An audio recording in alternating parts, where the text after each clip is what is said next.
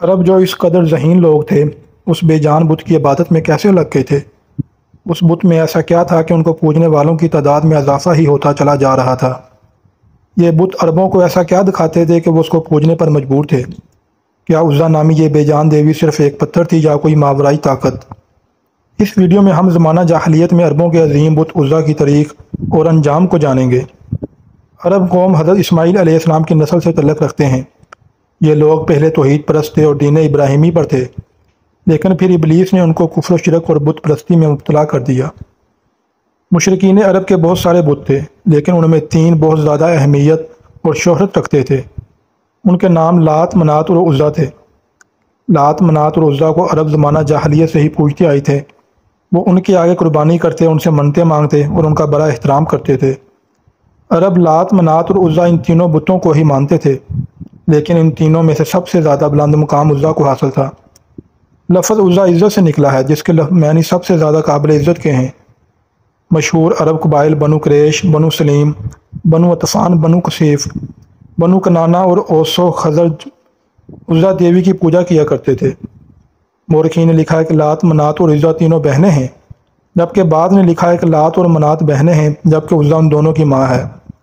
مشرکین کے عقائد کے مطابق لات امن و خوشحالی، رحم اور انتقام کی دیوی تھی، جبکہ مسافر اپنا سفر شروع کرنے سے قبل لات سے اچھے موسم اور حفاظت کے لیے دعائیں کیا کرتے تھے۔ لات کے تمام بتوں میں دیکھا گیا ہے کہ اس کے ایک ہاتھ میں کھجور کی شاخ ہوتی ہے اور وہ ایک شعیر پر سوار ہو رہتی ہے، جیسے عرب اسد اللات کہتے ہیں۔ منات کو قسمت، دولت، عزت اور موت کی دیوی مانا جاتا تھا، جبکہ عزا زمانہ جاہلیت کے عربوں کا ایک اہم بت تھا جو طائف کے نزدیک رکھا گیا تھا، اور قریش اس کو بہت زیادہ اہمیت دیتے تھے۔ قریش خانہ کعبہ کے گرد طواف کے دوران بھی ان بتوں کا نام لگا کر نعرہ لگایا کرتے تھے۔ دراصل لات، منات اور عزا کے 3 بت خانہ کعبہ میں بھی رکھے ہوئے تھے، لیکن یہ صرف علامتی بت تھے۔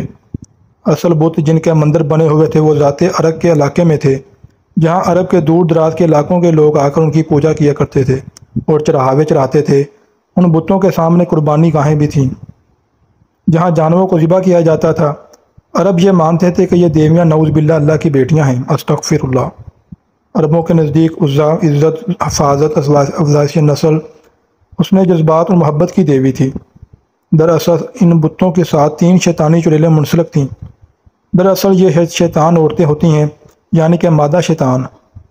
ان بتوں کی دیکھ بھال اور لوگوں کو ان کی عبادت کے طریقے سکھانے کے لیے مندروں میں پجاری ہوتے تھے، جو لوگوں کو گمراہ کرتے اور اس کے عوض بتوں پر چڑھاوے کی چیزوں کو خود سمیٹتے تھے۔ عزا کا یہ بت اراد نامی ایک بستی میں واقع تھا۔ یہ ایک شاندار مندر تھا۔ اس مندر میں دیویا نامی ایک پجاری عزا کی دیکھ بھال اور خدمت کرتا تھا۔ مندر کے سامنے تھوڑے فاصلے پر جاؤ کے 3 درخت تھے۔ عربی میں ان درختوں کو اصل کہتے ہیں، اور یہ ایک صحرائی درخت ہوتا ہے جو اجار اور بنجر صحراؤں میں پیدا ہوتا ہے۔ جاؤ کہ اس درخت پر عزا کا بسیرا تھا۔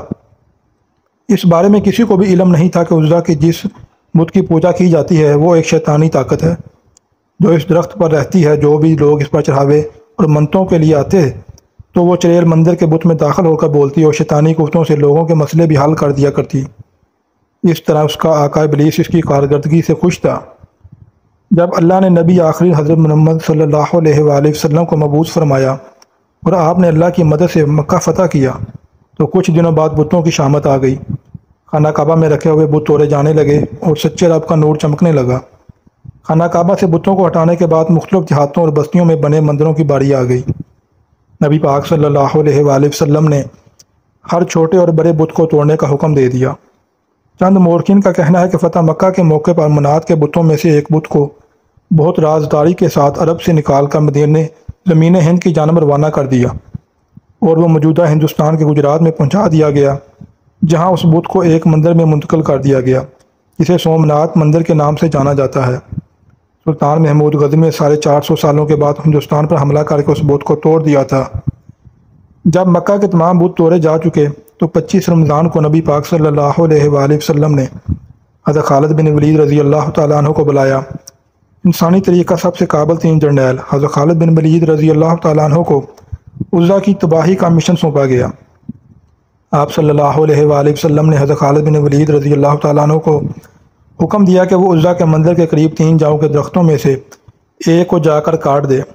لہذا آپ رضی اللہ تعالیٰ عنہ حکم کی تکمیل کرنے کے لیے حراز بستی میں پہنچے۔ حضرت خالد بن ولید رضی اللہ تعالیٰ عنہ تیسرے درخت کے قریب اسے کاٹنے کے لیے سے پہنچے تو اچانک عزا نامی چڑیل آپ کے سامنے حاضر ہو گئی۔ وہ ایک خوفناک صورت والی برہنہ عورت تھی۔ وہ شعلے برستی آنکھوں سے حضرت خالد بن ولید رضی اللہ تعالیٰ عنہ کو گھورنے لگی۔ اچانک مندر کا پجاری بلند آواز سے پکار کر بولا، عزا، خالد کو قتل کر دے۔ اگر تو نے خالد کو قتل نہ کیا تو آج تو ذلیل اور رسوا ہو جائے گی۔ عزا حضرت خالد بن ولید رضی اللہ تعالیٰ عنہ کی جانب بڑھی۔ آپ نے تلوار نکالی اور اللہ کا نام لے کر عزا پر حملہ کر دیا۔ پہلے ہی وار میں عزا کا سر تن سے جدا ہو گیا۔ اس کے زمین پر گرتے ہی اس کا جسم جلنے لگا۔ تھوڑی دیر بعد آپ کے سامنے ایک کوئلے کا ڈھیر موجود تھا۔ حضرت خالد بن ولید رضی اللہ تعالیٰ عنہ نے عزا کو قتل کرنے کے بعد اس کے بت کو بھی ٹکڑے ٹکڑے کر دیا۔ پھر اس کے بعد مندر کے پجاری کو بھی قتل کر کے واپس روانہ ہوئے۔ آپ نے واپس آ کر سارا واقعہ حضرت محمد صلی اللہ علیہ وآلہ وسلم کو سنایا۔ اس پر آپ صلی اللہ علیہ وآلہ وسلم نے فرمایا، یہ عزا تھی، اب یہ ہمیشہ کے لیے ختم ہو گئی ہے۔ اس کی دوبارہ اب پوجا نہیں ہوگی، اور اس طرح صدیوں تک پوجے جانے والی یہ شیطانی طاقت کا خاتمہ نبی پاک صلی اللہ علیہ وآلہ وسلم کے حکم سے سیف اللہ حضرت خالد بن ولید رضی اللہ تعالیٰ عنہ کے ہاتھوں سے ہوا۔